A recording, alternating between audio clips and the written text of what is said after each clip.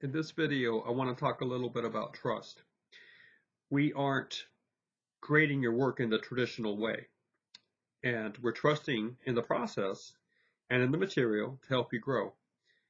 But you're not going to grow if you don't actually do the work. So we fully understand that at times you may be tempted to say yes to doing an assignment and not really doing it. There's not going to be a way we can tell. We probably can sense lack of involvement when we talk to you on the phone or have a video call or look at the short answers we might ask you to provide in the work portfolio. But many times we're simply going to ask you to affirm having done an assignment.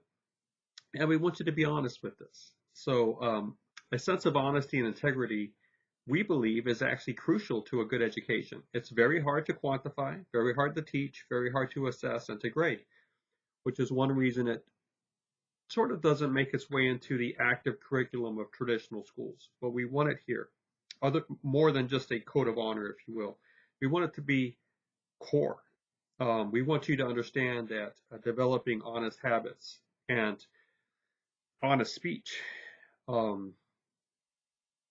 is by far much better than saying that you have done something and you haven't really done it, and maybe you receive a slightly better grade or avoid a slightly lower grade. Let's be honest at all times. So let me give you a sense as to how important it is to maintain the trust that we have in communication. Communication is going to depend on trust. For example, these videos mean a lot to the program. We're asking them to do a lot of work, the videos, because they are really the main way you get to see your mentor, you get to see me, you get to hear some concepts. And how would you feel if I gave you a fact in the video and I knew it was wrong and I let you believe that it was incorrect? Because that can happen, but it also puts you in an extremely frustrating situation, because once you see that happen, you realize that it might be a habit, it might be frequent. And what are you going to do? Are you going to stop the video and fact check everything I say? Everything that your mentor says? That's truly inefficient and not practical. Think of the magazines you read, the news that you watch, the books that you read, the podcasts that you listen to, the conversations you have with your friends, your teachers, your parents, your managers.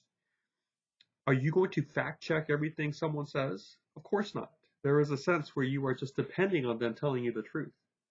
In one of the previous videos, I said that semiotics was etymologically related to seed, to semilla. And in fact, it isn't at all. Those two are different words altogether.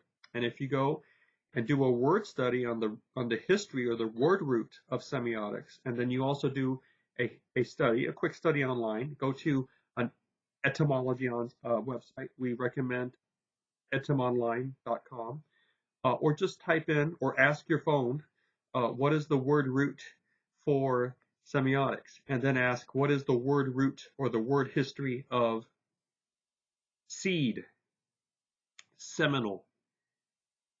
And you'll see that they're not connected at all. But in a previous video, I did say they were. Now, that was quickly by design. That's the one time I'm going to do that, because I am not in the habit of making stuff up or of telling lies in the videos.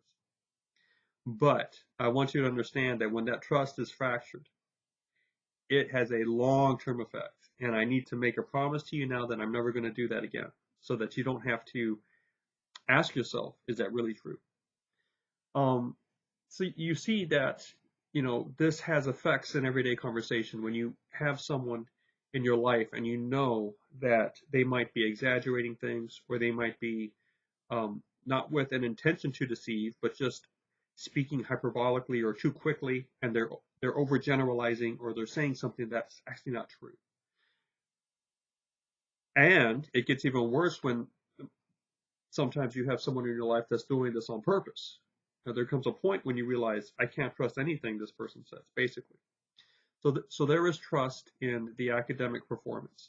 And we want you, when you do your portfolio work, to be absolutely honest with whether you've done something on time, whether you've done it at all, and then talk to your mentor. There's probably good reasons why you might have been late with something, or why you need an extension, why you might need to finish something off on a different term. We'll work with you as long as we see that you have good faith, bona fides. All right, the English pronunciation would be bona fide, a bona fide attempt here. We are going to honor that and work with you. So please cultivate an absolute and pervading habit of honesty in the work that you do here.